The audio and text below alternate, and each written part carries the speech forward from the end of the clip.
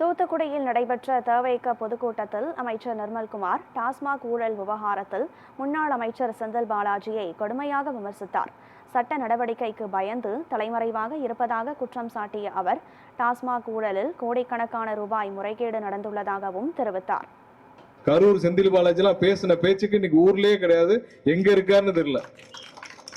அதாவது எப்படின்னா, கண்டிஷன் பெயிலுக்கு காலையில கையெழுத்து போட வரணும் செந்தில் பாலாஜி கண்டிஷன் பெயிலுக்கு கையெழுத்து போட வரணும்.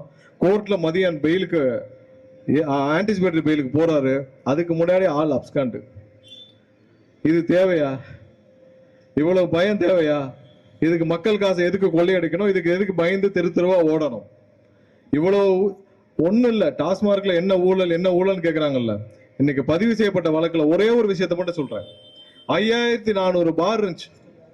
அந்த 5400 பாரையும் செந்தில் பாலாஜி ஒரு ஆளே கார்டல் அமைச்சு, ஒரு ஆளே வந்து எல்லா பாரையும் ஏலத்தில் எடுக்கணும்னு ஒரு ஆள் பேர்ல 20 டிடி 30 டிடி எடுத்து தமிழகம் முழுவதற்கு 5000 பாரையும் ஏலத்தில் எடுத்து மொத்தமா கண்ட்ரோல் பண்ணி ஒரு நாளைக்கு 200 கோடி 300 கோடின்னு சம்பாதிக்க நினைச்ச ஒரு விளைவு அது ஒண்ணு மட்டும்தான்.